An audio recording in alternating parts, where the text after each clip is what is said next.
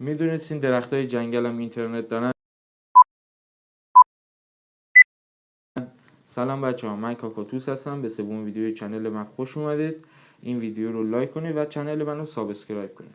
خب موضوع امروز ویدیوی ما در مورد اینه که درختها با هم ارتباط دارن یا اینجوری که بگم به اصطلاح استفاده میکنن اینترنت دارن درختان. خب یعنی چی اینترنت دارن؟ یا مگه میشه اصلا؟ مگه مثل ما انسان ها؟ در اصل این یک اصطلاحی که دانشمندی به نام سوزان سیمار اینو استفاده کرده. خب حالا چجوری؟ بریم توی ادامه ویدیو براتون توضیح بدم. در اصل اینه که تا چند وقت پیش همه دانشمندا یا خیلی از مردم فکر می‌کردن که درخت‌ها در اصل مثلا تکی هن. یعنی تکی به وجود میان، کاشته میشن، بزرگ میشن، نور میگیرن برای خودشون، آب میگیرن، تغذیه میکنن تا بزرگ شن، انگار برای بقای خودشون فقط دارن میجنگن. تا اینی که دانشمندی به نام سوزان سیمار اومد اینو رد کرد و یک چیز جدیدی آورد. گفت که نه، اینجور چیزی نیست. درخت‌ها به هم متصلن، از طریق ریشه‌های نازک قارچی به ریشه‌های اصلی درخت وصلن به هم. خب یعنی چی؟ چجوری وصلن و اینجور چیزا؟ در اصل اینه که به هم وصلن، اینه که به هم غذا میرسونن. یعنی درخت‌ها در اصل تکی نیستن که بزرگشن، به هم کمک میکنن در اصل. یا مواقع اضطراری که میشه به هم حتی خبرم میدن. یعنی وقتی که به هم خبر میدن که توی موارد اضطراری و تو خطرن، وقتی که یک درخت دیگه چی کنه، اون درخت‌ها شروع میکنن به تولید کردن مواد شیمیایی که بتونن از خودشون دفاع کنن. یعنی اینکه درختان مثل ما انسان‌ها همه چیزو به هم وصلن و به هم میرسونن. در اصل اینه که اینطوری هم نیستش که مثلا یک وصل همه به هم وصل باشن و اینطوری ادامه پیدا کنه. نه، در اصل اینطوری نیست. در اصل اینه که یک دونه درخت مادر اونجا وجود داره، یا یک یا چند تا. یعنی درختای بزرگی که از قدیم اونجا بودن و بزرگ شدن، اونها در اصل درختای مادر و اصلی اون جنگل ها هستن که کل جنگل انگار از طریق اونها میچرخن دیگه. یعنی اونها به بقیه غذا میرسونن، اونها به بقیه مثلا خبرهای خطر رو میرسونن. یا اینه که وقتی میبینن یک درخت خیلی ضعیفه به اون کمک میکنن تا حتی بزرگ شه. یعنی اینکه جنگل به چند تا درخت مادر انگار درختاش به هم وصله.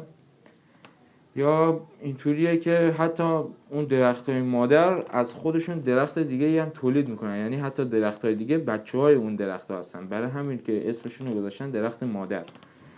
و وقتی که اون درختای مادر رو از جنگل حذف کنیم یا اونا رو قطع کنیم، کل سیستم جنگل به هم میریزه و درختای دیگه هم کنارشون خشک میشن و میمیرن.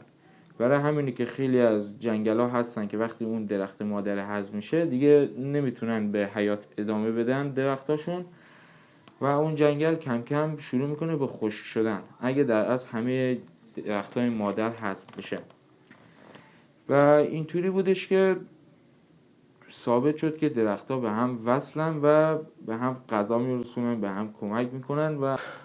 و یک چیز جالبی هم که در مورد این هست اینه که وقتی درختایی هم که در حال مرگن و احساس خطر میکنن و اینجور چیزا، اینه که درختای دیگه همه میان بهش کمک میکنن و نمیذارن که اون درخت نابود بشه یا بمیره. برای همینه که میریم توی جنگل میبینیم همه درختها هم اندازه بزرگ و همشون انگار که سالم و قبراقن. برای اینه که همه درختها به هم کمک میکنن تا یه اندازه باشن. و یک چیز دیگه که توی این تحقیقاتشون کشف کردن اینه که درخت‌ها احساسات دارن. یعنی چی؟ یعنی اینکه درد رو میفهمن، درک میکنن، استرس میگیرن تو اون موقع و به محیط انگار که واکنش نشون میدن. یعنی این خیلی دیگه حرفه. و اینه که در مورد این کشفیات چقدر مهمه و شاید بگیم که خب یک چیزی حالا مثلا خیلی میدونستن اینجور چیزا، ولی این به بزرگی دنیا نشون میده. یعنی بزرگ بودن دنیا و میبینی که یک جنگل اینقدر سیستم بزرگی داره. یا هر چیز دیگه روش زوم کنی میفهمی که یک چیزای بزرگتری پشتش بوده. اینطوریه که میفهمیم که دنیا بابا چقدر بزرگتره، فقط ما تنها نیستیم. این دنیا اگه خیلی ها اینجور چیزا رو میفهمیدن که بابا این دنیا تنها مال ما نیست، مال درخت‌ها هست، مال پرنده ها هست، مال حیوانات هست. و اینقدر عوضی و اینجور چیز در نمیومد آدم اگه یکم آگاهی و سواد داشته باشه. من خودم هم که الان ویدیو کانال زدم، وقتی 3 تا کلا ویدیو ساختم، ولی وقتی اینا رو میخونم یا میبینم و اینجور چیزا میفهمم بابا ما چیزی نیستیم توی دنیا، خیلی دنیا بزرگتر از این حرفاه. خب سوال بعدی هم اینه که آیا دانشمندا یهویی به ذهنشون زد که درخت‌ها به هم وصلن و اینجور چیزا؟ در اصل نه. دانشمندا یکی از تستایی که انجام دادن این بود که روی یک درخت یک مواد شیمیایی زدن انگار، که فکر کنم دقیقا اسمش رو یادم نیست، همین الان درش سر زبونم بود اینجور چیزا، که اونو زدن وقتی به یک درخت، دیدن که بعد چند وقت اون مواد شیمیایی به تمام درختای دیگه هم سرایت کرده توی اون جنگل و اینطوری بود که کم کم فهمیدن نه بابا یک چیزایی هم هستش دیگه، که کم کم بعدش دیگه شروع کردن به تحقیق کردن تا این دانشمند رسید، انگار که دانشمندی که گفتم سوزان سیمار، رسید به این که آره واقعا درخت‌ها با قارچای انگار ریشه‌های قارچای نازک به ریشه‌های درخت‌ها با هم وصلن و با هم ارتباط دارن. منبع این صحبت‌های منم کتاب همین خانومی که گفتمه، فارسیش بکنم میشد دعای درخت. آره فارسیش درست میشد دعای درخت، میتونین توی گوگل سرچ کنین، به نام همین سوزان سیمار است انگار، یا هم که فکر کنم اگه خودم هم پیدا کردم میتونم اون پایین براتون بنویسم، لینکشو بزنم که خودتونم برین در جریانش باشین. این خودش هم یکی از کشفیات بزرگیه که واقعا انگار که انسان ها تونستن کشفش کنن. در اصل هم اینطوریه که میفهمیم که قدیمی ها مثلا میگفتن درخت ها جون دارن، واقعا الکی و چرت و پرت هم نمیگفتن، واقعا درخت ها جون دارن و تازه به هم کمک هم میکنن، به هم وصل هم هستن. این خودش یک چیز خیلی بزرگ و جالبیه توی جنگل ها. یکم اگه مثلا بهش فکر کنی، یکم اینجور چیزا میفهمیم که واقعا درخت هم مثل ما انسان ها هن. از اون قبیل که نفس میکشن، از اون که به هم وصلن، به هم کمک میکنن، خیلی چیزاشون حتی از ما هم بهتره، در از فقط زبون بستن دیگه نمیتونن خودشون از ما بهتر نشون بدن.